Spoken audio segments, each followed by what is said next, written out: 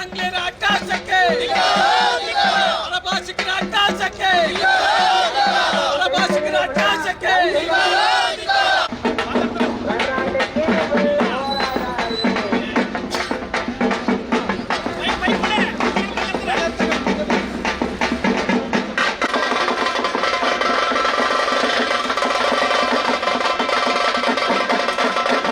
ಎಲ್ಲಿ ತನಕ ಹೋರಾಟ ಬೇಕೇ ಬೇಕು ಬೇಕೇ ಬೇಕು ಕನ್ನಡ ವಿರೋಧಿಗಳಿಗೆ ಕನ್ನಡ ವಿರೋಧಿಗಳಿಗೆ ಕನ್ನಡ ವಿರೋಧಿ ರಾಜಕಾರಣಿಗಳಿಗೆ ಬೇಕೇ ಬೇಕು ಬೇಕೇ ಬೇಕು ಬೇಕೇ ಬೇಕು ಎಲ್ಲಿ ತನಕ ಹೋರಾಟ ಎಲ್ಲಿ ನಮ್ಮ ಕರ್ನಾಟಕದಲ್ಲಿ ಕನ್ನಡ ಭಾಷೆ ಅನಾಥ ಪರಿಸ್ಥಿತಿಯಲ್ಲಿದೆ. ಇದಕ್ಕೆ ಕಾರಣ ಬೇರೆ ಯಾರೂ ಅಲ್ಲ, ನಮ್ಮ ಕನ್ನಡಿಗರೇ. ಅಂದರೆ ಕನ್ನಡಿಗರ ಔದಾರ್ಯ ಅನ್ನೋದು ಏನಿದೆಯೋ ಈ ಔದಾರ್ಯತೆ ನಮಗೆ ಇವತ್ತು ಕಂಟಕವಾಗಿ ಕಾಡ್ತಾ ಇದೆ. ನೋಡಿ, ಇವತ್ತು ನಮ್ಮನ್ನು ಆಳ್ತಕ್ಕಂಥವ್ರು, ನಮ್ಮನ್ನು ಆಳ್ತಕ್ಕಂತಹ ರಾಜಕಾರಣಿಗಳು, ಪ್ರಭುಗಳು, ಅದು ಯಾವುದೇ ಪಕ್ಷ ಇರಲಿ, ಇಲ್ಲಿವರೆಗೆ ನಮ್ಮನ್ನು ಆಳ್ಕ ಬಂದಿರತಕ್ಕಂಥವ್ರೆಲ್ಲರೂ ಕೂಡ ಕನ್ನಡಕ್ಕೆ ದ್ರೋಹ ಬಗೆದಿದ್ದಾರೆ. ಬದ್ಧತೆ ಇಲ್ಲ. ಯಾವುದೇ ವಿಚಾರದಲ್ಲೂ ಕೂಡ ಕನ್ನಡಕ್ಕೆ ಬದ್ಧತೆಯನ್ನು ಯಾರೂ ಕೂಡ ತೋರ್ತಾ ಇಲ್ಲ.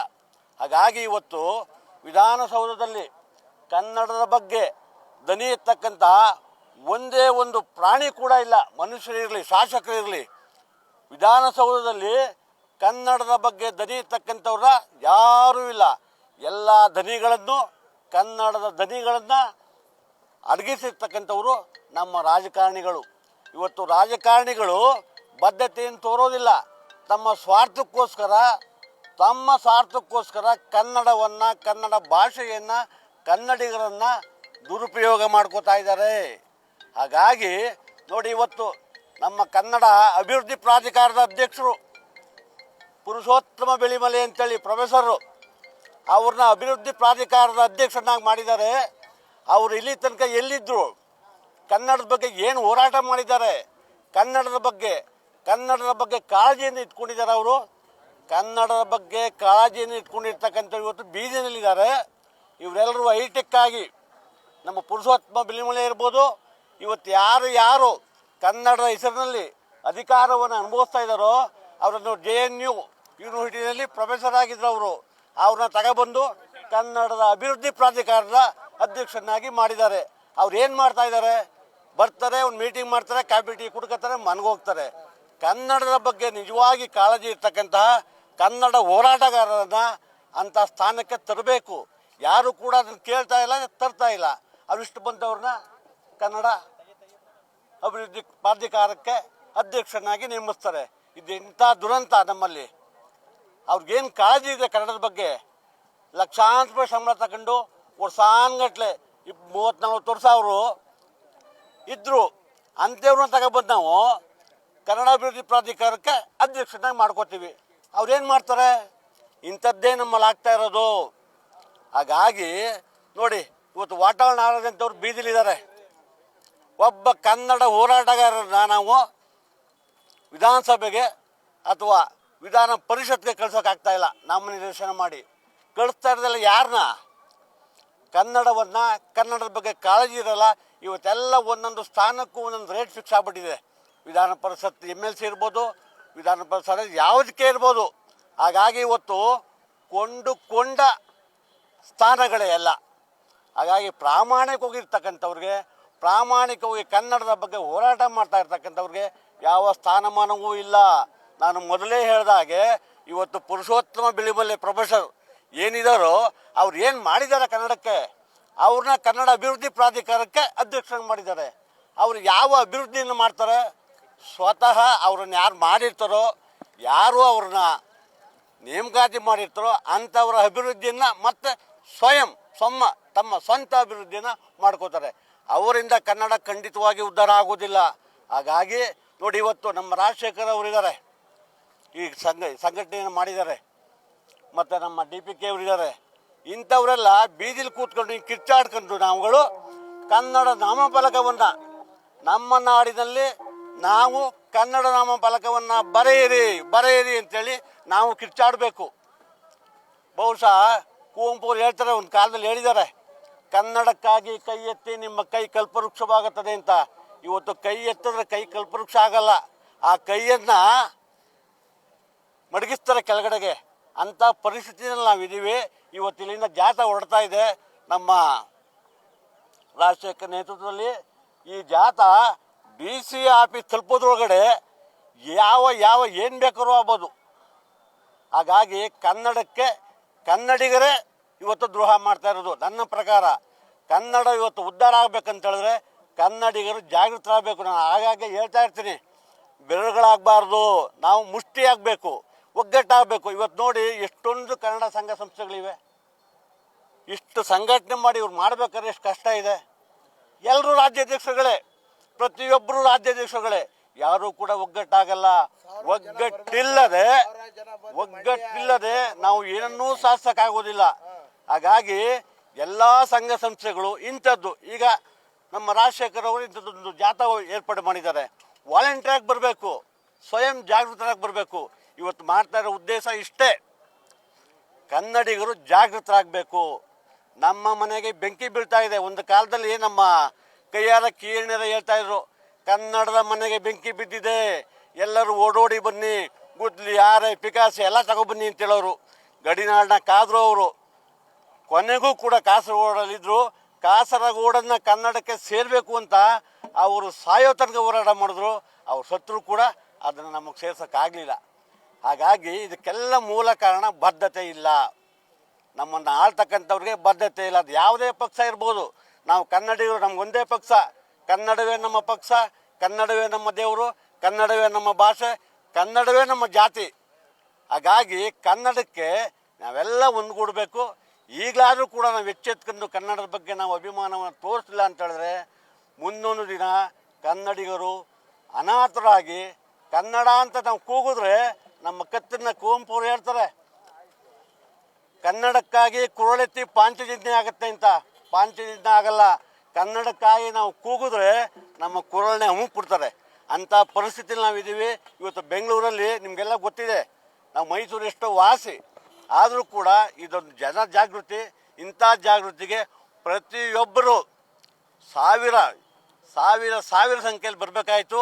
ಆದರೂ ಕೂಡ ಇಷ್ಟು ಕಷ್ಟಪಟ್ಟು ಇವ್ರು ಮಾಡೋದ್ರಿಂದ ಇಷ್ಟು ಜನ ಸೇರಿರೋದೆ ಇದೊಂದು ದೊಡ್ಡ ಸಾಧನೆ ಅಂತ ನಾನಾದರೂ ಕೂಡ ಭಾವಿಸ್ತೀನಿ. ಹಾಗಾಗಿ ಇನ್ನು ಮುಂದಾದರೂ ಕೂಡ ಕನ್ನಡಿಗರು ಸ್ವಯಂ ಜಾಗೃತರಾಗಿ, ದಂಗೆ ಹೇಳಿ ಅಂತ ಹೇಳಲ್ಲ ನಾನು, ಸ್ವಯಂ ಜಾಗೃತರಾಗಿ ಎಲ್ಲರೂ ಒಕ್ಕೋರ್ಲಿಂದ ಕೂಗಬೇಕು. ಎಲ್ಲರೂ ಒಕ್ಕೋರ್ಲಿಂದ ನಾವೆಲ್ಲರೂ ಒಂದಾದ್ರೂ ಮಾತ್ರ ಮುಷ್ಟಿ ಆಗಬೇಕು. ಬೆರಳುಗಳಾದ್ರೆ ಮುರಿದಾಕ್ಬಿಡ್ತಾರೆ, ಬೆರಳುಗಳನ್ನ ಒಂದೊಂದು ಬೆರಳು ಮುರಿದಾಕ್ಬಿಡ್ತಾರೆ. ಮುಷ್ಟಿ ಆದರೆ ನಾವು ಗುದ್ದಾದರೂ ಕೂಡ, ರಾಜಕಾರಣಿಗಳ ಥರ ಗುದ್ದಾಡಾದರೂ ಕೂಡ ನಮ್ಮ ಕನ್ನಡ ಭಾಷೆಯನ್ನು ಉಳಿಸ್ಕೋಬೋದು. ಉಳಿಸ್ತಕ್ಕಂಥ ಶಕ್ತಿ ಪ್ರತಿಯೊಬ್ಬ ಕನ್ನಡಿಗರಿಗೂ ಬರಬೇಕು. ಅದು ಬರಬೇಕು ಅಂತ ಹೇಳಿದ್ರೆ ಒಗ್ಗಟ್ಟಾಗಬೇಕು. ನಮ್ಮಲ್ಲಿ ಮೈಸೂರಿನಲ್ಲೇ ಎಷ್ಟು ಸಂಘ ಸಂಸ್ಥೆಗಳಿವೆ.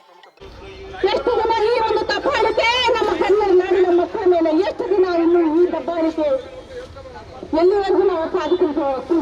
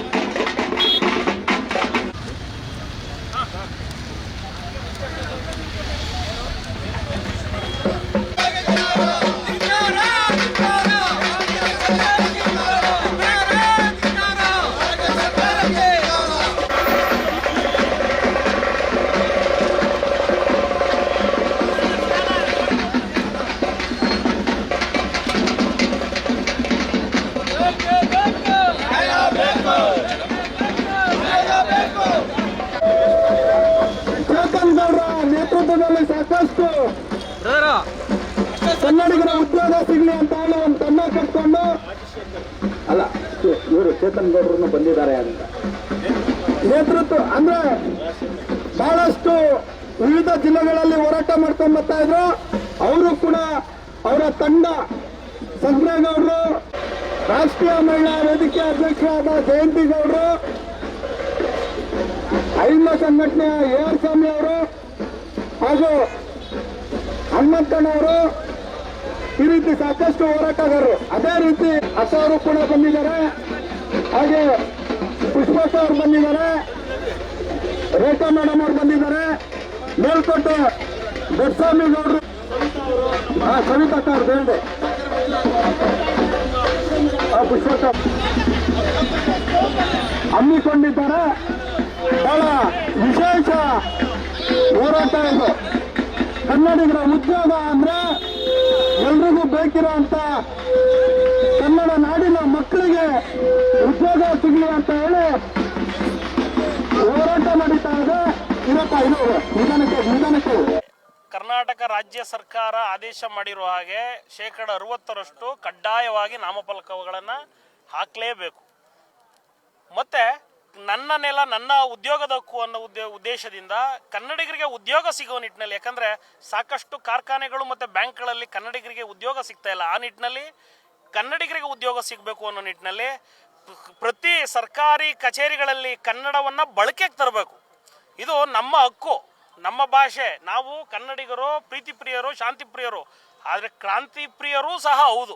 ಯಾಕಂದರೆ ನಮ್ಮನ್ನು ಕೆರಳಿಸಷ್ಟು ಜಾಸ್ತಿ ದೊಡ್ಡ ಮಟ್ಟದ ಒಂದು ನಷ್ಟವನ್ನು ಸರ್ಕಾರ ತಂದು ಕೊಡಬೇಕಾಗ್ತದೆ ಅಂತ ಈ ಮೂಲಕ ಎಚ್ಚರಿಕೆಯನ್ನು ಕೊಡ್ತಾ, ನಮ್ಮ ಉದ್ದೇಶ ಕನ್ನಡಕ್ಕಾಗಿ, ಕನ್ನಡಿಗರಿಗಾಗಿ, ಕನ್ನಡಿಗೋಸ್ಕರ ನೀವು ಸರ್ಕಾರವನ್ನು ನಡೆಸಬೇಕು ಹೊರತು ಬೇರೆ ಉತ್ತರ ಭಾರತದ ಏನಿಲ್ಲಿ ಬಿಸ್ನೆಸ್ ಮಾಡ್ಕೊಳಕ್ಕೆ ಬಂದಿದ್ದಾರೆ, ಅವ್ರು ವ್ಯಾಪಾರಸ್ಥರಿಗೆ ಮಾಡೋಕೆ ಉದ್ಯಮ ಮಾಡ್ಕೊಂಡಿದ್ದಾರೆ, ಅವರನ್ನು ಓಲೈಕೆ ಮಾಡಲಿಕ್ಕೆ ನೀವು ಇಲ್ಲಿ ಸರ್ಕಾರವನ್ನು ನಡೆಸ್ತಾ ಇಲ್ಲ. ನಿಮಗೆ ಅಧಿಕಾರವನ್ನು ಕೊಟ್ಟಿರೋದು ಕನ್ನಡಿಗರು. ಕನ್ನಡಿಗರು ನೀವು ಓಟ್ ಹಾಕಿಲ್ಲ ಅಂತಂದ್ರೆ ಉತ್ತರ ಭಾರತದವ್ರು ಬಂದು ಓಟ್ ಹಾಕಿ ಏನಾದ್ರು ಗೆಲ್ಸಿದಾರ, ಅಧಿಕಾರ ಕೊಟ್ಟಿದ್ದಾರಾ? ಅದಕ್ಕೆ ಅದೇ ಉದ್ದೇಶಕ್ಕೋಸ್ಕರ ಇವತ್ತು ಕನ್ನಡಿಗರಿಗೆ ಉದ್ಯೋಗ, ಆಮೇಲೆ ಕನ್ನಡಿಗರಿಗೆ ಉದ್ಯಮನೂ ಸಿಗಬೇಕು. ಈಗ ಹಲವು ಬೇಡಿಕೆಗಳನ್ನು ಇಟ್ಕೊಂಡು ಇವತ್ತು DC ಕಚೇರಿ ಇದು ಸರ್ಕಾರಕ್ಕೆ ಮುಟ್ಟಬೇಕು ಅನ್ನೋ ನಿಟ್ಟಿನಲ್ಲಿ ಇವತ್ತು DC ಕಚೇರಿಗೆ ಮುಂಭಾಗ ಹೋಗ್ತಾ ಇದ್ದೇವೆ. ಈ ಕಚೇರಿಗೆ ಹೋಗೋ ಮುಖಾಂತರ ಇನ್ನೂ ಸಾಕಷ್ಟು ನಾಯಕರುಗಳು ಬರ್ತಾ ಇದ್ದಾರೆ. ಇನ್ನೊಂದು 10-15 ನಿಮಿಷದಲ್ಲಿ ಆಲ್ರೆಡಿ ರೀಚ್ ಆಗ್ತಾರೆ. ಎಲ್ಲ ನಾಯಕರುಗಳು ಒಬ್ಬರ ನೇತೃತ್ವ ಅನ್ನೋದಕ್ಕಿಂತ ನಾಯಕರುಗಳ ಎಲ್ಲ ನೇತೃತ್ವದಿಂದ ಈ ಜಾಥವನ್ನು ಸಕ್ಸಸ್ ಮಾಡಬೇಕು, ಇದನ್ನು ಯಶಸ್ವಿಗೊಳಿಸಬೇಕು, ಈ ಜಾಥದ ಮುಖಾಂತರ ಸರ್ಕಾರದ ಗಮನವನ್ನು ಸೆಳಿಬೇಕು ಅಂತ ಉದ್ದೇಶದಿಂದ ಕನ್ನಡಾಂಬೆ ರಕ್ಷಣಾ ವೇದಿಕೆ ಈ ಹೋರಾಟಕ್ಕೆ ನೇತೃತ್ವವನ್ನು ತಗೊಂಡು ಸಾಕಷ್ಟು ಸಂಘ ಸಂಸ್ಥೆಗಳು ಬಂದಿದೆ, ಇನ್ನು ಬರ್ತಾರೂ ಇದ್ದಾರೆ. ಅವರೆಲ್ಲರ ಬೆಂಬಲದಿಂದ ಸಹ ಯಶಸ್ವಿಯಾಗಿ ಈ ಜಾಥವನ್ನು ನಾವು ಹಮ್ಮಿಕೊಳ್ತಾ ಇದ್ದೇವೆ.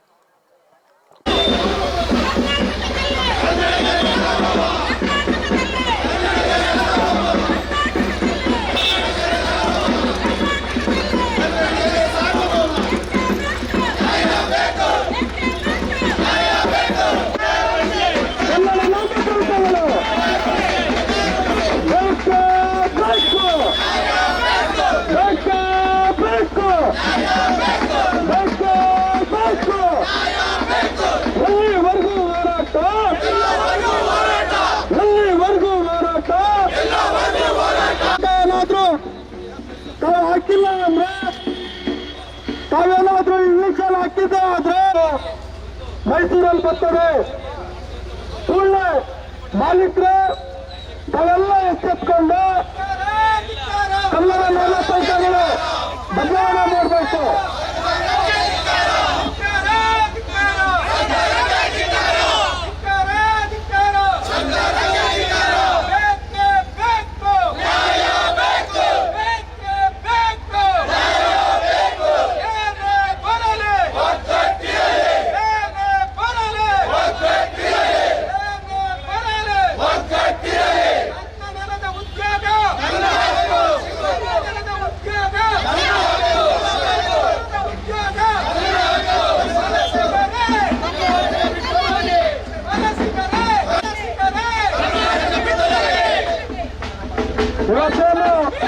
ವಲಸಿಗರಿಗೆ ಉದ್ಯೋಗವನ್ನು ಕೊಟ್ಟಿದ್ದೀರಿ.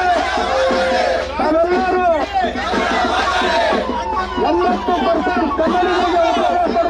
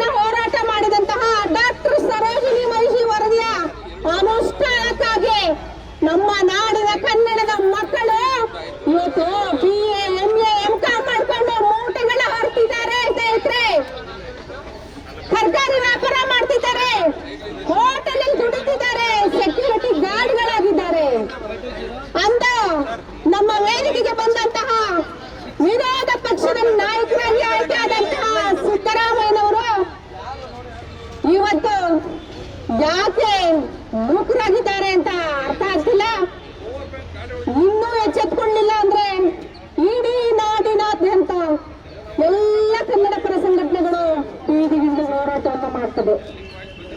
102 ದಿನ ಮೌರ್ಯ ಸರ್ಕಲ್ ಹೋರಾಟ ಮುಗಿದ ನಂತರ ಯಾವುದೇ ಒಂದು ಸರ್ಕಾರದ ಒಪ್ಪಿಕೊಂಡಂತಹ ನಾಯಕರುಗಳು ಮಾತನಾಡಕ್ಕಾಗದೆ ಶರಣಾದ್ರು. ಅಲ್ಲಿ ಮೂಗಿಗೆ ತುಪ್ಪ ಸವರುವ ಕೆಲಸವನ್ನ ಕನ್ನಡ ಪರ ಹೋರಾಟಗಾರರು ಮಾಡಿದ್ರು. ಪ್ರತಿದಿನ ವೇದಿಕೆಗೆ ಬಂದಂತಹ ಪ್ರತಿಯೊಬ್ಬ ರಾಜಕಾರಣಿ ಕೂಡ ನಮ್ಮ ಕನ್ನಡ ಪರ ಹೋರಾಟಗಾರರಿಗೆ, ಕನ್ನಡಿಗರಿಗೆ ಮೂಗಿಗೆ ತುಪ್ಪ ಸವರುವ ಕೆಲಸವನ್ನು ಮಾಡಿ ಸುಳ್ಳು ಭರವಸೆಗಳು, ಪಳ್ಳು ಭರವಸೆಗಳನ್ನ ಕೊಟ್ಟು ನಮ್ಮನ್ನ 102 ದಿನದಲ್ಲಿ ನಮ್ಮ ಒಂದು ಟೆಂಟ್ ಕೀಳುವ ವ್ಯವಸ್ಥೆಯನ್ನ ರಾಜಕಾರಣಿಗಳು, ಅಧಿಕಾರಿಗಳ ಮುಖೇನ ಮಾಡಿಸಿದ್ರು ಸ್ನೇಹಿತರೆ. ಇಲ್ದಿದ್ರೆ ನಾವು ಆ ಹೋರಾಟವನ್ನ ಕೈ ಬಿಡ್ತಿರ್ಲಿಲ್ಲ. ಆದ್ರೂ ಬಿಡ್ಲಿಲ್ಲ. ಇನ್ನೂ 18 ದಿನಗಳ ಹೋರಾಟ ಆಯ್ತು. ಕ್ಷಮೆ ಇರ್ಲಿ, ಇನ್ನೂ 16 ದಿನಗಳ ಹೋರಾಟ. ಅಲ್ಲಲ್ಲಿ ಎಲ್ಲೆಲ್ಲಿ ಜಾಗ ಸಿಕ್ತು ಅಂತ ಸಂದರ್ಭಗಳಲ್ಲಿ ನಾವು ಹೋರಾಟವನ್ನ ಮಾಡಿದ್ವಿ. 118 ದಿನಗಳ ಹೋರಾಟ ಸಾಮಾನ್ಯ ಹೋರಾಟವ? ಕನ್ನಡಿಗರು ನಮ್ಮ ನಾಡಲ್ಲಿ ನಮ್ಮ ಮಕ್ಕಳಿಗೆ ಇವತ್ತು ಕರ್ನಾಟಕ ಬಡವಾಗ್ತಾ ಇದೆ, ಕನ್ನಡ ನಾಡು ಬಡವಾಗ್ತಾ ಇದೆ. ವಲಸಿಗರು ಬಂದು ನಮ್ಮನ್ನ ಆವರಿಸ್ಕೊಳ್ತಾ ಇದ್ದಾರೆ. ಇವತ್ತು ನಮ್ಮ ಮಕ್ಕಳು ಬೀದಿ ಬದಿಲಿ ವ್ಯಾಪಾರ ಮಾಡ್ತೀವಿ, ಕಲ್ಲು ಹೊರ್ತೀವಿ, ಮಣ್ಣು ಹೊರ್ತೀವಿ, ಇವತ್ತು ತರಕಾರಿ ಮಾಡ್ತೀವಿ, ಮೂಟೆ ಹೊರ್ತೀವಿ. ಹೊರ ರಾಜ್ಯದಿಂದ ಬಂದಂತವರು ಇವತ್ತು ದೊಡ್ಡ ದೊಡ್ಡ ಮೂಟೆಯನ್ನು ಕಟ್ಕೊಂಡು ಬದುಕ್ತಾ ಇದ್ದಾರೆ ಸ್ನೇಹಿತರೆ. ನಮ್ಮ ಸರ್ಕಾರದಲ್ಲಿ ಯಾಕೆ ಈ ಒಂದು ಮನತಾಯಿ ಧೋರಣೆ? ಹೊರ ರಾಜ್ಯದವರು ಅವರವರ ರಾಜ್ಯಕ್ಕೆ ಅನುಗುಣವಾಗುವಂತೆ ಉದ್ಯೋಗದ ಮೀಸಲಾತಿಯನ್ನು ಕೊಟ್ಟಿದ್ದಾರೆ. ಎಲ್ರಿಗೂ ಅದು ಗಮನಿಸಿದ್ದೀರಿ. ಆದರೆ ನಮ್ಮ ಕರ್ನಾಟಕ ಸರ್ಕಾರ ಮನತಾಯಿ ಧೋರಣೆ ಮಾಡ್ತಿದೆ. ನಮ್ಮ ಅನ್ಯಾಯ. ಇವತ್ತು ನಾವೆಲ್ಲ ಕನ್ನಡಿಗರು ಹೋರಾಟ ಮಾಡಕ್ಕೆ ರಾಜಕಾರಣಿಗಳ ಬೇಜವಾಬ್ದಾರಿತನದಿಂದ ರವಿ ಟೇನಾಡವರು ಕನ್ನಡಿ ಅನ್ಯ ಭಾಷೆಯಲ್ಲಿ ಭಾಷೆ ಮೇಲೆ ನಿನ್ನ ನೋವು ಬರೋದನ್ನ ಅಂತ ಕೆಲಸವನ್ನು ನಾವು ಮಾಡಬೇಕಾಗ್ತದೆ. ನಿಮ್ಮ ಅಂಗಡಿ ಮುಂಗಟ್ಟುಗಳ ಮುಂದೆ ಬಂದು ನೀವು ಬೇರೆ ಭಾಷೆಯನ್ನ ಕಿತ್ತಿ ಎತ್ತಿ ನಿಮ್ಗೆ ಯೋಗ್ಯತೆ ಇಲ್ಲ ಅಂದ್ರೆ ನಾವೇ ಕನ್ನಡ ಬೋರ್ಡ್ ಹಾಕ್ಕೊಡೋ ಅಂತ ಒಂದು ಕೆಲಸ ಮಾಡ್ತೀವಿ. ಅದಕ್ಕೆ ದಯಮಾಡಿ ನಾವು ಅವಕಾಶವನ್ನು ಮಾಡಿಕೊಡ್ಬಾರ್ದು. ಕನ್ನಡಿಗರ ಆದೇಶವನ್ನು ನೀಡಿದ್ರೆ ನಾವು ಬೇಕಾದ್ರೆ ಯಾವುದೇ ಒಂದು ವಿಕೋಪಕ್ಕೆ ಹೋಗ್ಲಿಕ್ಕೂ ನಾವು ತಯಾರಾಗಿದ್ವಿ. ಯಾಕೆಂದ್ರೆ ಇವತ್ತು ಸಾಂಕೇತಿಕವಾದ ಒಂದು ಹೋರಾಟದೊಂದಿಗೆ ಬೆಂಗಳೂರಿನಿಂದ ಹಿಡಿದು ರಾಜ್ಯದ ವಿವಿಧ ಭಾಗಗಳಿಂದ ಎಲ್ಲ ಸ್ವಯಂ ಪ್ರೇರಿತವಾಗಿ ಬಂದು ಹೋರಾಟ ಮಾಡ್ತಾ ಇದ್ವಿ. ಈ ಹೋರಾಟಕ್ಕೆ ಗೌರವವನ್ನು ಕೊಡಿ. ಅಂದ್ರೆ ಕನ್ನಡವನ್ನು ನ್ಯಾಯ ಬೇಕು.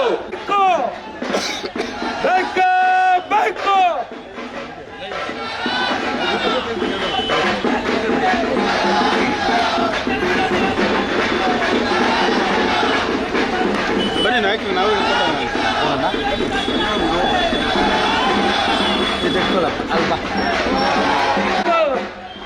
ನ್ಯಾಯ ಬೇಕು.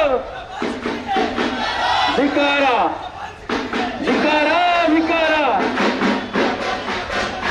ಧಿಕ್ಕಾರ ಧಿಕ್ಕಾರ. ನ್ಯಾಯ ಬೇಕು, ನ್ಯಾಯ ಬೇಕು, ನ್ಯಾಯ ಬೇಕು.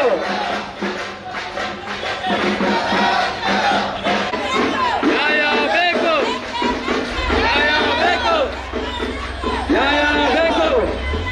ಅಯ್ಯೋ ನ್ಯಾಯ, ಅನ್ಯಾಯ, ಅನ್ಯಾಯ, ಅನ್ಯಾಯ, ನ್ಯಾಯ ಬೇಕು, ನ್ಯಾಯ ಬೇಕು. ನಮ್ಮೆಲ್ಲ ಆತ್ಮೀಯ ಕನ್ನಡದ ಬಂಧುಗಳೇ, ಸಾಂಸ್ಕೃತಿಕ ನಗರ, ಅರಮನೆಗಳ ನಗರ, ರಾಜ ಮಹಾರಾಜರು ಆಳದಂಥ ನಾಡಲ್ಲಿ ಕನ್ನಡ ವಿರೋಧಿಗಳು ಜಾಸ್ತಿ ಆಗ್ತಾ ಇದ್ದಾರೆ. ಅಕ್ರಮಗಳು, ಅನ್ಯಾಯಗಳು, ದೌರ್ಜನ್ಯಗಳು, ಅತ್ಯಾಚಾರಗಳು ದಿನದಿಂದ ದಿನ ನಡೀತಾ ಇದೆ. ಇದಕ್ಕೆಲ್ಲ ಮೂಲ ಕಾರಣ ಅಧಿಕಾರಿಗಳ ಬೇಜವಾಬ್ದಾರಿತನ, ರಾಜಕಾರಣಿಗಳ ದುರಾಡಳಿತ. ರಾಜಕಾರಣಿಗಳು ಇವತ್ತು ಏನು ಚುನಾವಣೆಯಲ್ಲಿ ಏನು ಹಣ ಖರ್ಚು ವ್ಯಯ ಮಾಡಿರ್ತಾರೆ, ಆ ಹಣಕ್ಕೆ 100 ಪಟ್ಟು ಹಣ ಸಂಪಾದನೆ ಮಾಡೋ ದಿಕ್ಕಲ್ಲಿ 224 ಜನ ಶಾಸಕರು ಇವತ್ತು ಹಣ ಗುಳ ಮಾಡೋಕ್ಕೋಸ್ಕರ ಪ್ರಕೃತಿ ಪರಿಸರ ಹಾಳು ಮಾಡಿ, ಕೆರೆ ಕಟ್ಟೆಗಳನ್ನ ಹಾಳು ಮಾಡಿ, ಕನ್ನಡದ ಬಗ್ಗೆ ಕಿಂಚಿತ್ತೂ ಚಿಂತೆ ಇಲ್ಲ, ಕನ್ನಡಿಗರ ಬಗ್ಗೆ ಕಿಂಚಿತ್ತೂ ಚಿಂತೆ ಇಲ್ಲ. ಅದಕ್ಕೋಸ್ಕರ ಕನ್ನಡ ನಾಡಿನ ಜನ ಒಗ್ಗಟ್ಟಾಗಬೇಕು, ಹೇಳಿ ಎದ್ದೇಳಿ ಗುರಿ ಮುಟ್ಟುವ ತನಕ ನಿಲ್ಲದಿರಿ ಅಂತ ಸ್ವಾಮಿ ವಿವೇಕಾನಂದ ಅವರ ತತ್ವ ಸಿದ್ಧಾಂತಗಳನ್ನ, ಬಸವಣ್ಣವರ ಆದರ್ಶವನ್ನ, ಅಂಬೇಡ್ಕರ್ ಅವರ ಸಂವಿಧಾನವನ್ನ ಪಾಲಿಸಬೇಕು, ನಾವೆಲ್ಲ ನಾಯಕರಾಗಬೇಕು ಅಂತ ಇವತ್ತು ನಮ್ಮ ಕನ್ನಡಾಂಬೆ ರಕ್ಷಣಾ ವೇದಿಕೆಯಿಂದ ಮಾನ್ಯ ಕೋಟೆ ಆಂಜನೇಯ ಸ್ವಾಮಿ ದೇವಸ್ಥಾನದಿಂದ ಜಿಲ್ಲಾಧಿಕಾರಿಗಳ ಕಚೇರಿ ಒಳಗೂ ಕಾಲ್ನಡಿಗೆ ಜಾಥಾ ಮಾಡಿ ಜಿಲ್ಲಾಧಿಕಾರಿಗಳಿಗೆ, ಮುಖ್ಯಮಂತ್ರಿಗಳಿಗೆ ಎಚ್ಚರಿಕೆ ನೀಡ್ತಾ ಇದ್ದೇವೆ, ಪ್ರಧಾನಮಂತ್ರಿಗಳಿಗೆ ಎಚ್ಚರಿಕೆ ನೀಡ್ತಾ ಇದ್ದೇವೆ, 224 ಜನ MLAಗಳಿಗೂ ಎಚ್ಚರಿಕೆ ನೀಡೋದ್ರ ಮೂಲಕ ನಮ್ಮ ಜಾಥಾವನ್ನು ಹಮ್ಮಿಕೊಂಡಿದ್ದೀವಿ ಅಂತ ಹೇಳ್ತಾ ನನ್ನ ಮಾತಾ ಸಮರ್ಪಿಸ್ತಾ ಇದ್ದೀನಿ. ನಮಸ್ಕಾರ. ಉದ್ಯೋಗಸ್ಥರಿಗೆ ಯಾವುದೇ ಇಲಾಖೆಗಳಲ್ಲಿ ಯಾವುದೇ ಒಂದು ಸಣ್ಣ ಇಲಾಖೆಯಿಂದ ಹಿಡಿದು ಉದ್ಯೋಗಗಳು ಕನ್ನಡಗಳಿಗೆ ಆದ್ಯತೆ ಕೊಡದೇ ಇರುವಂತದ್ದು ಬಹಳ ಶೋಚನೀಯವಾದದ್ದು. ಸಿದ್ದರಾಮಯ್ಯನವರ ಸರ್ಕಾರ ಅಧಿಕಾರಿಗಳ ತಂಡ ಏನ್ ಮಾಡ್ತಾ ಇದೆ ಅದನ್ನ ಯಾರು ಕೂಡ ಕೇಳುವ ರೀತಿಯಲ್ಲಿ ಗಮನ ಹರಿಸ್ತಾ ಇಲ್ಲ ರಾಜ್ಯದ ಜನತೆ. ಇದನ್ನ ನೀವು ಹೋರಾಟಗಾರರಿಗೆ ಗಮನ ಕೊಡುವ ಮುಖಾಂತರ ನೀವು ಈ ಹೋರಾಟಗಾರರಿಗೆ ಕನ್ನಡ ಪರ ಹೋರಾಟಗಾರರಿಗೆ ಸಾರ್ವಜನಿಕರಲ್ಲಿ ಒಂದು ಮನವಿ ಏನಂದ್ರೆ ಕೆಲವು ಸಂಘಟನೆಗಳ ಹೋರಾಟಗಾರರಿಗೆ ನಿಮ್ಮ ಬೆಂಬಲ ಕೊಡಬೇಕಾಗಿ ಈ ರ್ಯಾಲಿ ಮೂಲಕ ನಿಮ್ಮಲ್ಲಿ ನಾವು ಮನವಿ ಮಾಡಿಕೊಳ್ತಾ ಇದ್ದೇವೆ. ಈಗಿನ ಮೈಸೂರು ಪೊಲೀಸ್ ಆಯುಕ್ತರು ದಯವಿಟ್ಟು ಮೈಸೂರಿನಲ್ಲಿ ಇರುವಂತ ಇಲ್ಲಿ ಚಾಮರಾಜೇಂದ್ರ ಟೆಕ್ನಿಷಿಯನ್ ಇನ್ಸ್ಟಿಟ್ಯೂಟ್ ಅಂತ ಇದೆ, ದಯವಿಟ್ಟು ಕನ್ನಡ ಫಲಕ ಹಾಕಬೇಕಾಗಿ ಕಳಕಳಿಯ ಮನವಿ. ಈ ಕನ್ನಡ ಕೆಲಸ ಕಾರ್ಯಗಳನ್ನು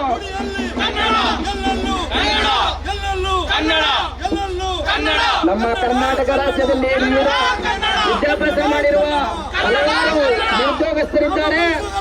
ಅವರಿಗೆ ಯಾವುದೇ ಇಲಾಖೆಗಳಲ್ಲಿ ಕನ್ನಡ ನೋಡಿ, ಕಾವೇರಿ ಕರ್ನಾಟಕ ಸರ್ಕಾರ ಹುಟ್ಟಿದೆ, ಕಾವೇರಿಯಿಂದ ಒಂದು ನಾಮಕೃತ ಇದೆ.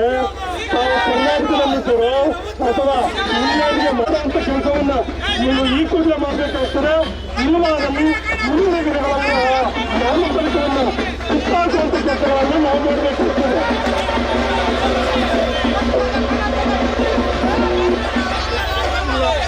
ಕರ್ನಾಟಕದ ನೆಲ, ಜಲ ಮತ್ತು ಇಲ್ಲಿನ ಸಂಪನ್ಮೂಲಗಳು ಇಲ್ಲಿನ ಜನರಾದಂಥ ಕನ್ನಡಿಗರಿಗೆ ಸಲ್ಲಬೇಕಾದದ್ದು ನ್ಯಾಯಯುತವಾದಂಥ ನಮ್ಮ ಬೇಡಿಕೆ ಇದು.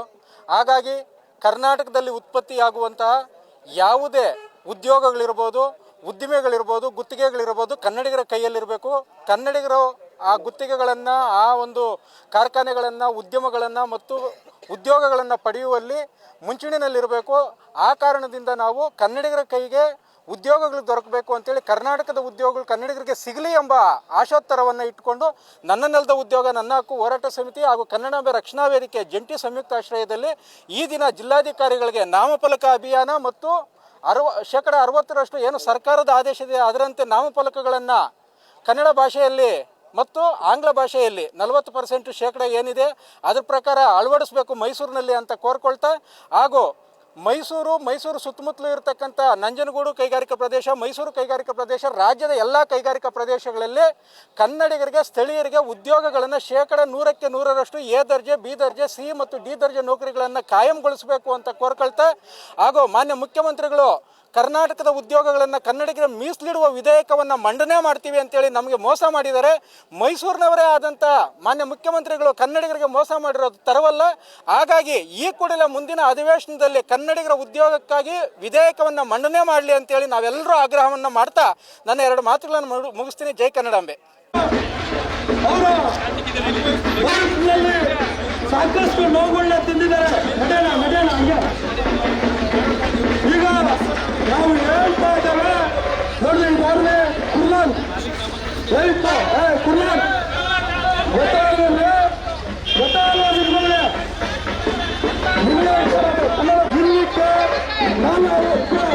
ಕನ್ನಡ ಬಳಸ್ತಿರೋರು ಸಾರ್ವಜನಿಕರಲ್ಲಿ ಜಾಗೃತಿ ಮೂಡಿಸುವ ಕಾರ್ಯಕ್ರಮ ಹೋರಾಟಗಾರರ ಪರ ಮಾಡ್ತಾ ಇದ್ದಾರೆ. ಎಲ್ಲರೂ ಕನ್ನಡ ಪರ ಹೋರಾಟಗಾರರ ಸಂಘಟನೆಗಳ ಹೋರಾಟಗಾರರು ಇವತ್ತು ಹೋರಾಟ ಮಾಡ್ತಾ ಇದ್ದಾರೆ. ಸಾರ್ವಜನಿಕರು ಅತಿ ಹೆಚ್ಚಿನ ಸಂಖ್ಯೆಯಲ್ಲಿ ಕೈ ಜೋಡಿಸಬೇಕಾಗ್ತದೆ, ಅವರು ಸಹಕಾರ ಮಾಡಬೇಕಾಗ್ತದೆ. ಸ್ವಂತ ಲಾಭಕ್ಕಾಗಿ ಯಾರು ಹೋರಾಟ ಮಾಡಲ್ಲ, ಇದು ಮನವರಿಕೆ ಮಾಡ್ಕೋಬೇಕಾಗ್ತದೆ. ತಾವೆಲ್ಲರೂ ಕೂಡ ಸಾರ್ವಜನಿಕರು ಅತಿ ಹೆಚ್ಚಿನ ಜನಸಂಖ್ಯೆಯಲ್ಲಿ ಕೈ ಜೋಡಿಸಬೇಕು ಅಂತ ಹೇಳಿ ಮನವಿಯನ್ನು ಮಾಡ್ತೇವೆ.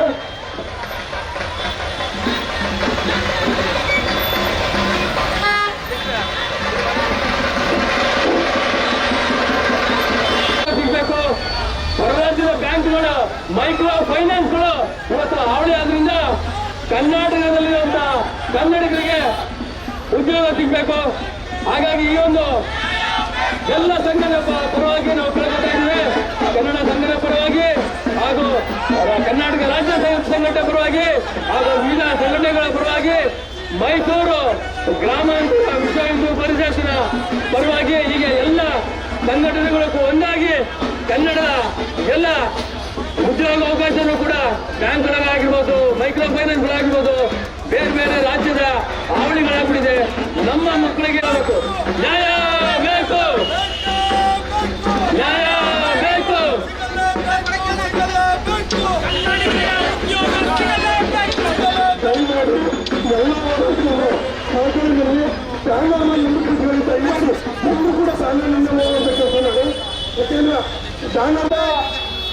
ಹೋರಾಟ ಕನ್ನಡವನ್ನು ಉನ್ನತ ಕನ್ನಡವನ್ನು ರಕ್ಷಣಾ ವೇದಿಕೆ ವಿವಿಧ ಕನ್ನಡ ಪರ ಸಂಘಟನೆಗಳ ನೇತೃತ್ವದಲ್ಲಿ ಈ ಭಕ್ತಿಯಾದಂತಹ ಮೈಸೂರಿನಲ್ಲಿ ಕೂಡ ಹಿಂದಿ ಏರಿಕೆ ಬಹಳವಾಗಿದೆ. ಮಲಯಾಳಿಗಳ ಒಂದು ಅಬ್ಬರವು ಕೂಡ ಹೆಚ್ಚಾಗಿದೆ. ಕಾರಣ ಏನಂದ್ರೆ ನಮ್ಮ ದುರಾಡಳಿತ, ಇಲ್ಲಿನ ಆಡಳಿತ ವ್ಯವಸ್ಥೆ ಏನಿದೆ ಮೈಮರ್ತಿದೆ. ಜೊತೆಗೆ ಇಲ್ಲಿನ ರಾಜಕಾರಣಿಗಳು ವಲಸಿಗರ ಬೂಟು ನೆಕ್ಕುವಂತ ಕೆಲಸಗಳನ್ನ ಮಾಡುವಂತ ವ್ಯವಸ್ಥಿತವಾದಂತಹ ಗುಲಾಮಗಿರಿಯಲ್ಲಿ ಬಿದ್ದೋಗಿದ್ದಾರೆ. ಅವರಿಗೆ ಕನ್ನಡದ ಬದ್ಧತೆ ಇಲ್ಲ. ಈ ನಾಡಿನ ಒಂದು ಸಾಂಸ್ಕೃತಿಕ ಹಿನ್ನೆಲೆ ಏನಿದೆ, ಕನ್ನಡ ಬೆಳೆದು ಬಂದಂತಹ ಪಾರಂಪರಿಕ ಏನು ಹೆಜ್ಜೆ ಗುರುತುಗಳೇನಿದೆ ಅದರ ಪರಿವಿಲ್ಲದಂತೆ ರಾಜಕಾರಣಿಗಳು ರಾಜಕಾರಣವನ್ನ ತಮ್ಮ ಬಂಡವಾಳವನ್ನು ಹಾಕಿ ಬಂಡವಾಳವನ್ನು ಎತ್ಕೊಳ್ಳುವಂತ ಒಂದು ಬಿಸ್ನೆಸ್ ಅನ್ನಾಗಿ ಮಾಡ್ಕೊಂಡಿದ್ದಾರೆ. ಇವರ ಒಂದು ಈ ದುರಾಡಳಿತದಿಂದ ಇವತ್ತು ಕನ್ನಡ ನಾಡಿನಲ್ಲಿ ನಮ್ಮ ಕನ್ನಡದ ಮಕ್ಕಳು ಉದ್ಯೋಗ ವಂಚಿತರಾಗಿ ಯಾವುದೋ ಒಂದು ಸಣ್ಣ ಪುಟ್ಟ ವ್ಯಾಪಾರಗಳು ಅಂದ್ರೆ ಬೀದಿ ಬದಿಯಲ್ಲಿ ಹಣ್ಣು ತರಕಾರಿಗಳನ್ನ ಮಾರುವಂತ ಕೆಲಸ ಆಗ್ಬೋದು, ಅಥವಾ ಸೆಕ್ಯೂರಿಟಿ ಕೆಲಸಕ್ಕೂ ಕೂಡ ಈಗ ಉತ್ತರ ಭಾರತದ ವಲಸಿಗರು ಅತಿ ಹೆಚ್ಚಾಗಿ ತುಂಬಿಕೊಂಡಿದ್ದಾರೆ. ಇತ್ತೀಚೆಗೆ ಕರ್ನಾಟಕದಲ್ಲಿ ಸುಮಾರು ಬ್ಯಾಂಕ್ ರಾಬರಿಗಳಾದ. ದುರ್ವಿಧಿ ಏನಂದ್ರೆ ಆ ಬ್ಯಾಂಕ್ ರಾಬರಿ ಮಾಡಿದವರು ಕೂಡ ನಮ್ಮ ಕರ್ನಾಟಕದವರಲ್ಲ. ಆ ಕೆಲಸ ಕೆಲಸ ಮಾಡೋಕ್ಕೂ ಕೂಡ ನಮ್ಮಲ್ಲಿ ಉತ್ತರ ಭಾರತದವರು ಹೆಚ್ಚಾಗ್ಬಿಟ್ಟವ್ರೆ. ಶೋಚನೀಯವಾದ ಒಂದು ಕೆಟ್ಟ ಕೆಲಸ ಆಗ್ಲಿ, ಒಂದು ಒಳ್ಳೆ ಕೆಲಸ ಆಗ್ಲಿ, ಯಾವುದಕ್ಕೂ ಕೂಡ ಕನ್ನಡಿಗರಿಗೆ ಆಸ್ಪಾದವನ್ನ ಕೊಡದೆ ವಲಸಿಗರನ್ನ ಏನು ಹೈಕಮಾಂಡ್, ಈ ಪಕ್ಷಗಳ ರಾಷ್ಟ್ರೀಯ ಪಕ್ಷಗಳ ಹೈಕಮಾಂಡ್ ಏನಿದೆ ಆ ಗುಲಾಮಗಿರಿಗಳಿಗೆ ಇವರು ತಲೆಬಾಗಿ ಅಲ್ಲಿಂದ ಬರ್ತಕ್ಕಂಥ ವಲಸಿಗರಿಗೆ ಇವರು ಸಹಕಾರವನ್ನ ಕೊಡ್ತಾರೆ. ಇವರು ನಮ್ಮ ಕನ್ನಡಿಗ ಮಕ್ಕಳನ್ನ ಮಲತಾಯಿ ಮಕ್ಕಳಂತೆ ನೋಡ್ತಾ ಇರ್ತಕ್ಕಂಥದ್ದು ಬಹಳ ಖಂಡನೀಯವಾದ ವಿಚಾರ. ಆಯ್ತು.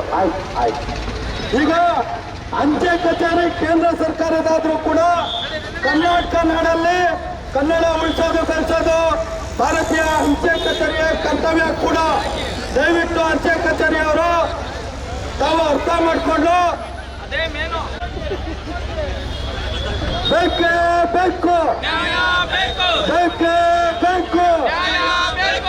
ಈ ರಾಜ್ಯವನ್ನು ಯಾರಾದ್ರೂ ಬಿಟ್ಟೋಗ್ಬೇಕು ಅಂದ್ರೆ ಪರಭಾಷಿಕರು ಅಂತ ಹೇಳ್ತೇವೆ. ಯಾಕೆ ಅಂದ್ರೆ ಈ ಕನ್ನಡ ಬಳಸ್ತಾ ಇರೋಂಥವ್ರು ಈ ರಾಜ್ಯನ ಬಿಟ್ಟೋಗಿ, ಕನ್ನಡಿಗರ ಉದ್ಯೋಗ ಕೊಡಕ್ಕಾಗ್ತಾ ಇರೋಂಥವ್ರು ರಾಜ್ಯ ಬಿಟ್ಟೋಗಿ ಕನ್ನಡ ನಾಮಫಲಕಗಳು ಕನ್ನಡದಲ್ಲಿ ಹಾಕುವಂತ ಕೆಲಸನ ಮಾಡಿ ದುಡ್ಡಿನಲ್ಲಿ ಇಲ್ಲಿನ ಪ್ರತಿಯೊಂದು ಎಲ್ಲ ವಿಚಾರಗಳಲ್ಲೂ ತಾವೆಲ್ಲ ಆರಾಮಾಗಿದ್ದೀರಿ. ಆದ್ರೆ ತಮ್ಮೆಲ್ಲರಿಗೂ ಕೂಡ ಕನ್ನಡ ಬೇಡ ಅಂತ ಹೇಳಿ ತಾವೆಲ್ಲ ನಿರ್ಲಕ್ಷ್ಯ ತೋರ್ತಾ ಇದ್ದೀರಿ. ಇದು ಸರಿಯಲ್ಲ. ದೊಡ್ಡ ಬಿರಿಯಾನಿ ನೋಡ್ಕೊಳ್ಳಿ, ಅರ್ಥ ಮಾಡ್ಕೊಳ್ಳಿ. ಇಲ್ಲ ಅಂದ್ರೆ ಯಾವುದೇ ಕಾರಣಕ್ಕೂ ಬಿಡೋದಿಲ್ಲ, ಆಗ್ಲೇಬೇಕು.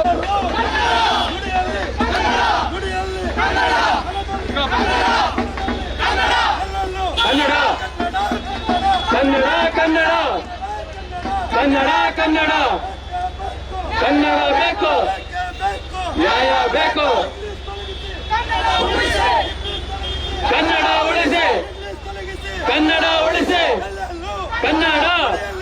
ಕನ್ನಡ ಕನ್ನಡ ಕನ್ನಡ ಕನ್ನಡ ಕನ್ನಡ ಕನ್ನಡ ಕನ್ನಡ ಕನ್ನಡ ಕನ್ನಡ ಕನ್ನಡ ಕನ್ನಡ ಬೇಕು ಕನ್ನಡ ಬೇಕು ಅನ್ಯಾಯ ಅನ್ಯಾಯ ಸಿಗಲೇಬೇಕು ಸಿಗಲೇಬೇಕು ಸಿಗಲೇಬೇಕು ಕನ್ನಡ ಕನ್ನಡ ಕನ್ನಡ ಕನ್ನಡ ಕನ್ನಡ ಕನ್ನಡ ಅನ್ಯಾಯ ನ್ಯಾಯ ಬೇಕು ನ್ಯಾಯ ಬೇಕು ಕನ್ನಡ ಕನ್ನಡ ಕನ್ನಡ ಕನ್ನಡ ಕನ್ನಡ ಕನ್ನಡ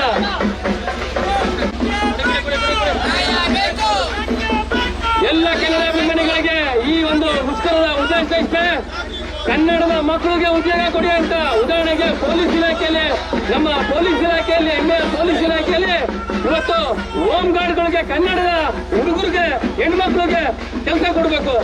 ಪೊಲೀಸ್ ಇಲಾಖೆಯಲ್ಲಿ ಏನು ಹೋಮ್ ಗಾರ್ಡ್ಸ್ ಇದ್ದಾರೆ ಅವರು ಏನ್ ಟೆಂಡರ್ ತಗೊಳ್ತಾರೆ ಅವ್ರು ಕನ್ನಡದವರಾಗಿರ್ಬೇಕು.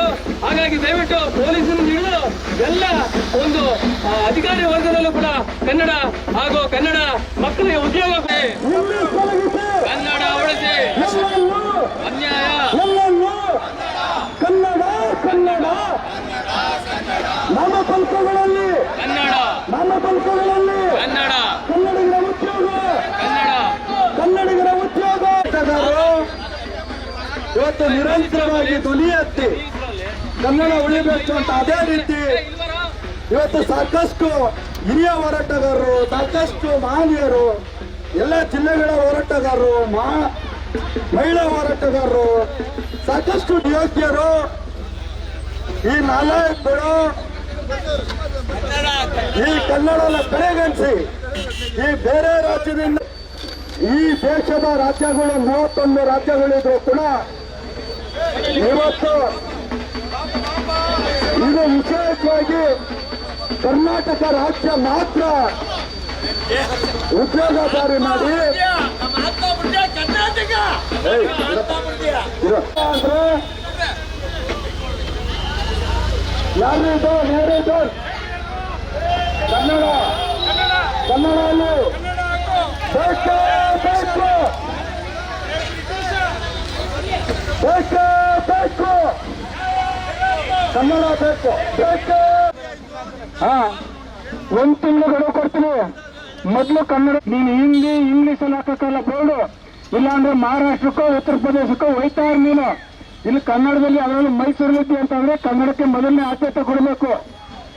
ಹಿಂದಿ ಬಳಕೆ ಮಾಡಂಗೇ ಇಲ್ಲ, ಹಿಂದಿ ಬಳಕೆ ಮಾಡಂಗೇ ಇಲ್ಲ. ಒಂದು ಕಿಂಗು ಕನ್ನಡದಲ್ಲಿ ಹಾಕೋ ಅಯೋಗ್ಯ.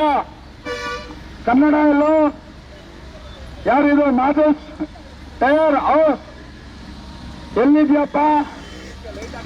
ಹಾ, ಕನ್ನಡ ಎಲ್ಲೋ ಯಾವ ಯಾವ ತೆಗಿಯಪ್ಪ, ತೆಗೀರಿದು ತೆಗೀರಿ ಬಾಲಿ ತೆಗೀದು ತೆಗಿಯೋದು ಎತ್ತಿದ ಕನ್ನಡ ಬೇಡವಾ ನಿಮ್ಗೆ? ಬೇಕಾ ಬೇಡವಾ? ತೆಗಿಯೋದು ತೆಗಿಯೋದು ನಾಚಿಕೆ ಆಗಲ್ವೇನ್ರಿ? ಎಲ್ರು ಇದ್ದೀರಿ? ಯಾವ ರಾಜ್ಯದಲ್ಲಿ ಇದ್ದೀರಿ? ಎಲ್ಲಿ ಯಾವ ರಾಜ್ಯ ಅನ್ಕೊಂಡಿದ್ರಿ? ಅಮೆರಿಕದಲ್ಲಿ ಇದ್ದೀರಾ? ಆದ್ರೆ ನಮ್ಮ ತೆರಿಗೆ ಹಣ, ನಮ್ಮ ಕರ್ನಾಟಕದ ಹಣ ಮೈಕ್ರೋ ಫೈನಾನ್ಸ್ ಇಂದ ಬೇರೆ ಬೇರೆ ರಾಜ್ಯಗಳು ತಲುಪಂದು. ಹಾಗಾಗಿ ಎಲ್ಲೇ ಆದ್ರೂ ಕೂಡ ಮೊದಲು ಕನ್ನಡ ಮಕ್ಕಳಿಗೆ ಉದ್ಯೋಗಾವಕಾಶ ಕೊಡಿ. ನೀವು ಕನ್ನಡದ ಮಕ್ಕಳಿಗೆ ಉದ್ಯೋಗಾವಕಾಶ ಕೊಡುವಂತಾಗಬೇಕು. ಮುಖ್ಯವಾಗಿ ಮಹಿಳಾ ಮೀಸಲಾತಿ ಇರೋ ತರ ಕನ್ನಡದ ಹೆಣ್ಣುಮಕ್ಕಳಿಗೆ ಉದ್ಯೋಗಾವಕಾಶ ಹೆಚ್ಚಾಗಿ ಬರಬೇಕು. ಯಾಕೆಂದ್ರೆ ಓದಿರುವಂತ ಹೆಣ್ಣುಮಕ್ಕಳುಗಳು ಹೊರ ರಾಜ್ಯಕ್ಕೆ ಹೋಗುವಂತ ಹಣೆ ಬರ ಬಂದಿದೆ. ಸಣ್ಣ ಅಂಗಡಿ ಇರಲಿ, ದೊಡ್ಡ ಅಂಗಡಿ ಇರಲಿ, ಇವಾಗ ಬಂದಿದ್ದಾರೆ. ಆಮೇಲೆ ಕನ್ನಡ ಭೂಷಣ್ ಬಂದಿದ್ದಾರೆ, ಅವ್ರಿಗೂ ಸಹ ಮುಂದೆ ಬರಬೇಕು. ನಟರಾಜ್ ರಾಮಚಂದ್ರ ಅವರು, ಕನ್ನಡ ಭೂಷಣ್ ಅವರು ಗೊತ್ತು ಅಂತಾರಲ್ಲ, ಅದೇ ರೀತಿಯಲ್ಲಿ ನಮ್ಮ ಕನ್ನಡಿಗರಿಗೆ ಅಂದ್ರೆ ನಮ್ಗೆ ಶಾಲಾ ಹಾಕೋಬಿಟ್ರೆ ಇಲ್ಲಿಂದ ಗೊತ್ತು ಬಂದ್ಬಿಡ್ತೀವಿ. ಸಾಕ್ಷಿ ಆಗ್ತಕ್ಕಂಥ ಒಂದು ಹೋರಾಟ ಅದು ರಾಜಶೇಖರ್ ಅವರ ನೇತೃತ್ವ. ಕನ್ನಡಾಂಬೆ ರಾಜಕಾರಣಿಗಳು ಬಂದು ಹೋದ್ರು, ಎಷ್ಟೋ ಅಧಿಕಾರಿಗಳು ಬಂದು ಹೋದ್ರು. ಇಂಥ ಒಂದು ಕಾರ್ಯಕ್ರಮವನ್ನು ಯಾರೂ ಮಾಡಿರಲಿಲ್ಲ. ನಾವೇ ಬೇಕು. ಮತ್ತೆ ನಮ್ಮ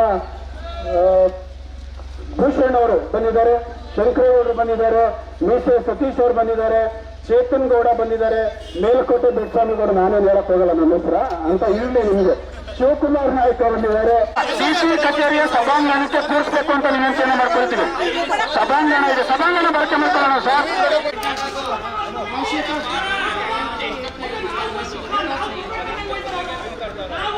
ಬೆಂಗಳೂರಿಂದ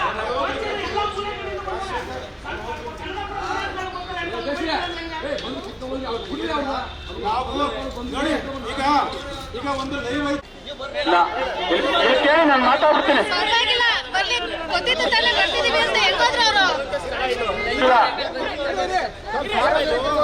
ವೈಯಕ್ತಿಕ ವಿಷಯಗಳು ಕಾಯ್ದೆ ಹಾಕ್ತೀರಿ, ಕೇಸ್ಗಳ ಮೇಲೆ ಕೇಸ್ ಹಾಕ್ತೀರಿ. ಬಡವ ಪಾಪ ಪೆಟ್ರೋಲ್ ಬಂಕ್ ಕೆಲಸ ಮಾಡೋನು, ಗಾರೆ ಕೆಲಸ ಮಾಡೋನು, ಪಾಯಿಂಟ್ ಕೆಲಸ ಮಾಡೋರು ಬಂದಾಗ ಮಾತ್ರ ಬರೀ ಕನ್ನಡ ಕನ್ನಡ ಕನ್ನಡ ಓನ್ಲಿ ಫಾರ್ ಸಿದ್ದರಾಮಯ್ಯ ಅವರು ಲಾಸ್ಟ್ ಟೈಮ್ ಹೇಳಿದ್ರು ನೋ ಇಂಗ್ಲಿಷ್ ಓನ್ಲಿ ಕನ್ನಡ. ಎಲ್ಲಿ ಇದೆ ಸ್ವಾಮಿ, ಎಲ್ಲಿದೆ? ಬರೀ ನಿಮ್ಮ ಬಾಯಿ ಮಾತಿಂದ ಬಂದ್ರೆ ಇದು ಎಷ್ಟರ ಮಟ್ಟಿಗೆ ಸರಿ? ಇದು ಎಷ್ಟರ ಮಟ್ಟಿಗೆ ಸರಿ? ಬರೀ ಆ ಪ್ರೇಮ, ಕನ್ನಡದ ಮೇಲಿರುವಂತಹ ಪ್ರೇಮ ಜಾರಿ ಆಗಬೇಕು. ಇವತ್ತು ಬಹುಮತದಿಂದ ಬಹಳ ದೊಡ್ಡ ಮಟ್ಟದ ಬಹುಮತವನ್ನು ಪಡೆದು ಸರ್ಕಾರವನ್ನು ರಚನೆ ಮಾಡಿದ್ರಲ್ಲ, ನಿಮ್ದು ಇದು ಸರ್ಕಾರ. ಕನ್ನಡಿಗರಿಗೆ ಏನ್ ಮಾಡಿದಿರಿ? ಕನ್ನಡಿಗರಿಗೆ ಏನ್ ಮಾಡಿದಿರಿ? ಕನ್ನಡಿಗರಿಗೆ ದಯಮಾಡಿ ಉದ್ಯೋಗ ಕೊಡಿ, ಕನ್ನಡವನ್ನ ಬೆಳೆಸಿ ಉಳಿಸಿ. ದಯಮಾಡಿ ಇನ್ನು ನಮ್ಮ ತಲೆಗಳ ಮುಂದಿನ ತಲೆಮಾರಿಗೆ ಅದು ಹೋಗುವಂಥ ಕೆಲಸವನ್ನ ನಾವೆಲ್ಲ ಕನ್ನಡ ಪರ ಹೋರಾಟಗಾರರು ದಯಮಾಡಿ ಇದಕ್ಕೆ ಬೆಲೆಯನ್ನು ತಂದು ನನ್ನ ಒಂದು ನೇತೃತ್ವದಲ್ಲಿ ಎಲ್ಲ ಕಡೆಯಿಂದ ಬಂದು ಇವತ್ತು ಒಂದು ಹೋರಾಟವನ್ನು ಯಶಸ್ವಿಗೊಳಿಸಿದಂಥ ಎಲ್ಲ ನಾಯಕರುಗಳು ನನ್ನ ಸಾಷ್ಟಾಂಗ ನಮಸ್ಕಾರಗಳನ್ನು ಹೇಳ್ತೀನಿ. ಉದ್ಯೋಗ ಸಿಗಬೇಕು. ಮತ್ತೆ ಕನ್ನಡದ ನಾಮಫಲಕಗಳು ಭಾಗಶಃ ಎಲ್ಲ ಇಂಗ್ಲಿಷ್ ಬೆರಕೆಲ್ಲವೇ ಇಲ್ಲಿ ಇರ್ತಕ್ಕಂಥದ್ದು.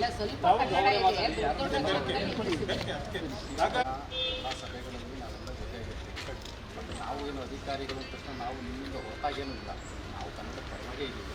ಮತ್ತು ನಾನು ನಮ್ಮ ಆಫೀಸಲ್ಲಿ ಹೇಳಿದ್ದೇನೆ, ಕನ್ನಡ ಅಭಿವೃದ್ಧಿ ಪ್ರಾಧಿಕಾರದ ಒಂದು ಮೀಟಿಂಗ್ ಆಯಿತು. ಅದಕ್ಕಿಂತ ಪೂರ್ವದಲ್ಲಿ ತಮ್ಮಗಳ ಜೊತೆ ನಮ್ಮ ಐದಿನಲ್ಲಿ ಒಂದು ಮೀಟಿಂಗ್ ಆಯಿತು. ಆಮೇಲೆ ಆ ಮೀಟಿಂಗ್ಗೆ ನಾನು ಬರಬೇಕಿತ್ತು, ಬಟ್ ಇಲ್ಲಿ ನಾನು ಸೆಕ್ರೆಟ್ರಿ ಹೊಂದಿದ್ದರಿಂದ ಬರಲಿಕ್ಕಾಗಿಲ್ಲ. ಬಟ್ ಒಂದು ನಾನು ಹೇಳ್ತೇನೆ, ಏನು ಕನ್ನಡ ಅಭಿವೃದ್ಧಿ ಪ್ರಾಧಿಕಾರದ ಮೀಟಿಂಗಲ್ಲಿ ಹೇಳಿದಾರಲ್ಲ, ಅದಕ್ಕೋಸ್ಕರ ನಾವು ಒಂದು ಸುತ್ತೋಲೆ ಥರನೇ ಮಾಡಿ ಕಡ್ಡಾಯವಾಗಿ ಎಸ್ಪೆಷಲಿ ಕಾರ್ಪೊರೇಷನ್ಗೆ ಒಂದು ಲೆಟರ್ ಬರೀತಾ ಇದ್ದೆ. ನಮ್ಮ ಡಿ ಸಿ ಅವರಿಂದಲೇ ಸೈನ್ ಹಾಕ್ಸ್ಬೇಕು ಅಂತೇಳಿ ನಾನು ಸೈನ್ ಹಾಕಿದ್ರೆ ಅವ್ರಿಗೆ ಕಳಿಸ್ಕೊಡ್ತಾ ಇದ್ದೆ. ಸೊ ನಾನು ಅಡಿಷ್ನಲ್ ಡಿ ಸಿ ಅಧಿಕಾರಿಗಳು. ಸೊ ಅದರಲ್ಲಿ ಏನು ಮಾಡಿದ್ದೇವೆ, ಏನು 60-40 ರೇಷಿಯೋದಲ್ಲಿ ಕನ್ನಡದ್ದು ಇದೆ. ಸೊ ಅದು ಜಾರಿಗೊಳ್ಳಬೇಕು ನಮ್ಮ ಮೈಸೂರಲ್ಲಿ. ಕರ್ನಾಟಕಕ್ಕೆ ನಮ್ಮ ಮೈಸೂರು ಜಿಲ್ಲೆ ಮಾದರಿಯಾಗಿರೋದು ನಾವು ಕಂಕಣಬದ್ಧ ಇದ್ದೇವೆ. ಅದು ನಮ್ಮ ಪರಮೇಶ್ವರ ಜೊತೆ, ನಮ್ಮ ರಾಜಶೇಖರ ಜೊತೆ ತಮಗೂ ಸಹ. ಸೊ ಇದಕ್ಕೆ ನೀವೇನು ಕೈಗೂಡಿಸಿದ್ದೀರ ಇವತ್ತು, ಇದಕ್ಕೆ ನಾವು ಅಧಿಕಾರಿಗಳು ಸಹ ಕೈಗೂಡಿಸ್ತೇವೆ. ನಮ್ಮ ಮೈಸೂರು ಜಿಲ್ಲೆಯನ್ನು ಕನ್ನಡವನ್ನು ಜಾರಿಗೊಳಿಸುವುದರಲ್ಲಿ ನಾವು ರಾಜ್ಯದಲ್ಲಿ ಮಾದರಿ ಜಿಲ್ಲೆಯಾಗಿ ಮಾಡಲಿಕ್ಕೆ ನಾವು ಕಂಕಣಬದ್ಧವಾಗಿ ಇದ್ದೇವೆ. ಸೊ ನೀವು ಹೇಳ್ತಾರ ತಪ್ಪು ಅಂತ ನಾನು ಹೇಳಲ್ಲ, ಆದರೆ ಒಂದು ತಾವು ಗಮನ ಹರಿಸಬೇಕು. ನಾವು ಬರೀ ಹೇಳೋದಲ್ಲ, ಅದನ್ನ ಜಾರಿಗೂ ಸಹ ಗೌರವ ಇದೆ.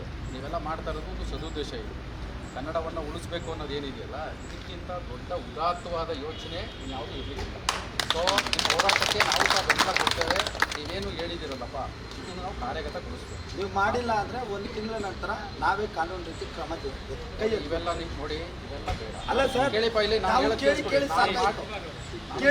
ಪರವಾಗಿ ಮಾಡ್ಲಿಕ್ಕೆ ರೆಡಿ ಇದ್ದೇವೆ ಅಂತ ಹೇಳಿದ ಮೇಲೆ ಮಾಡಿದ್ರೆ ಕೈ ಜೋಡಿಸಕ್ಕೆ ನೀವು ರೆಡಿ ಇರ್ಬೇಕು. ಅದು ಬಿಟ್ಬಿಟ್ಟು ನಾಳೆ ಆಗ್ಲಿಲ್ಲ ಅಂದ್ರೆ ಅದು ಆ ಥರ ಅಲ್ಲ. ನಮ್ಮ ಯಾಕೆ ಅದು ನೆಗೆಟಿವ್ ಆಗಿ ಚಿಂತೆ ಮಾಡಬೇಕು? ನಾವು ಸಾಕಷ್ಟು ಹೇಳಿ ಪಾಸಿಟಿವ್ ಆಗಿ ಚಿಂತನೆ ಮಾಡಬೇಕು. ಒಂದ್ಸತಿ ಅಲ್ವಲ್ಲ, ಪ್ರತಿ ಸಲ ನಾವು ಹೇಳ್ತಾ ಇದೀವಲ್ಲ, ಮೈಸೂರಲ್ಲಿ ನಮ್ಮ ಅಪಾರ ಜಿಲ್ಲಾಧಿಕಾರಿಗಳು ನಮ್ಮ ಜೊತೆಲಿದ್ದಾರೆ. ಮೊನ್ನೆ ಕನ್ನಡ ಪ್ರಾಧಿಕಾರದ ಅಧ್ಯಕ್ಷರು ಬಂದಿದ್ರು, ಅವ್ರಿಗೆ ಚೆನ್ನಾಗಿ ಗೌರವ ಹಾಕಿದ್ದೇವೆ, ಚೆನ್ನಾಗಿ ಎಚ್ಚರಿಕೆ ಕನ್ನಡದ ಬಗ್ಗೆ ಅಷ್ಟೇ ಕಾಳಜಿ ನನಗೂ ಇರೋದ್ರಿಂದ ಇಷ್ಟು ಹೇಳ್ತಾ ಇದ್ದಾರೆ. ನಾವು ಯಾವಾಗಲೂ ಹೇಳಿಪ್ಪ ನಕಾರಾತ್ಮಕ ಚಿಂತನೆ ಮಾಡೋದು ಬೇಡ. ನಮ್ಮ ಮೈಸೂರು ಜಿಲ್ಲೆ ಸಾಂಸ್ಕೃತಿಕವಾಗಿ ಹಿರಿಮೆ ಇರ್ತಕ್ಕಂಥ ಬೇರೆ ಜಿಲ್ಲೆಗಳ ಥರ ಅಲ್ಲ. ಅದರಿಂದ ನೀವೆಲ್ಲರೂ ಸಹ ಏನು ಸಂಘಟಿತರಾಗಿ ಅವ್ರು ಬಂದಿದ್ದೀರಿ, ನಾವು ನಿಮ್ಮ ಜೊತೆ ಇರ್ತೇವೆ. ನಾವು ಏನೆಲ್ಲ ಕರೆಸ್ಪಾಂಡೆನ್ಸ್ ಮಾಡೋದು ಮಾಡ್ತೇನೆ, ನಮ್ಮ ಕಮಿಷನರ್ಗೆ ಏನು ಹೇಳಬೇಕು ಹೇಳ್ತೇವೆ, ಆಯಿತಾ? ಹಂತ ಹಂತವಾಗಿ ನಾವು ಇದನ್ನು ಮಾದರಿ ಜಿಲ್ಲೆಯಾಗಿ ಮಾಡಲಿಕ್ಕೆ ನಾವೆಲ್ಲರೂ ಸಹ ಕೈ ಜೋಡಿಸ್ತೀವಿ. ಸಂಘಟನೆಯವ್ರು ಬಂದರೂ ಸಹ ನಾನು ಎಲ್ರಿಗೂ ಏನು ಮರ್ಯಾದೆ ಸೇಮ್ ಈಕ್ವಲ್ ಆಗಿ ಕೊಡ್ತೇನೆ. ಸೊ ನೀವು ಗುಂಪಲ್ಲಿದ್ದಾಗ ಕೊಡ್ತೇನೆ, ಒಬ್ಬರು ಬಂದ ಆ ಥರ ಬೇರೆ ಅಧಿಕಾರಿ ಥರ ಅಲ್ಲ. ನೀವು ಯಾವಾಗ ಬೇಕಾದ್ರೂ ಮುಖ್ಯವಾಗಿ ಬನ್ನಿ. ನಂದು ಕಳಕಳಿ ಇಷ್ಟೇ, ನಾವಿರೋ ತನಕ ಮೈಸೂರು ಜಿಲ್ಲೆ ಮಾದರಿಯಾಗಿದೆ ಕನ್ನಡದ ಬಗ್ಗೆ. ಒಂದು ಸರಿ ಸಾಧ್ಯವಾದರೆ ಒಂದು ಮೀಟಿಂಗ್ ಕನ್ನಡಿಗರಿಗೆ ಮೀಸಲಿಡ್ತೀವಿ ಅಂತ ಹೇಳಿದ್ರು, ವಿಧೇಯಕವನ್ನು ಮನ್ನಣೆ ಮಾಡ್ತೀನಿ ಅಂತ ಹೇಳಿದ್ರು. ಆದರೆ ಭಾಳ ಒತ್ತಡಗಳಿಗೆ ಮಣಿದು ಬಂಡವಾಳಶಾಹಿಗಳಿಗೆ ಮಣಿದು ಆ ಒಂದು ವಿಧೇಯಕವನ್ನು ಮನ್ನಣೆ ಮಾಡಿಲ್ಲ. ಹಾಗಾಗಿ ಆ ಒಂದು ವಿಧೇಯಕನೇ ಮಾಡಬೇಕು ಅಂತೇಳಿ ಎಲ್ಲ ಸರ್ವ ಸಂಘಟನೆಗಳ ವತಿಯಿಂದ ನಾವು ಒತ್ತಾಯವನ್ನು ಮಾಡ್ತಾ ಇದ್ದೀವಿ.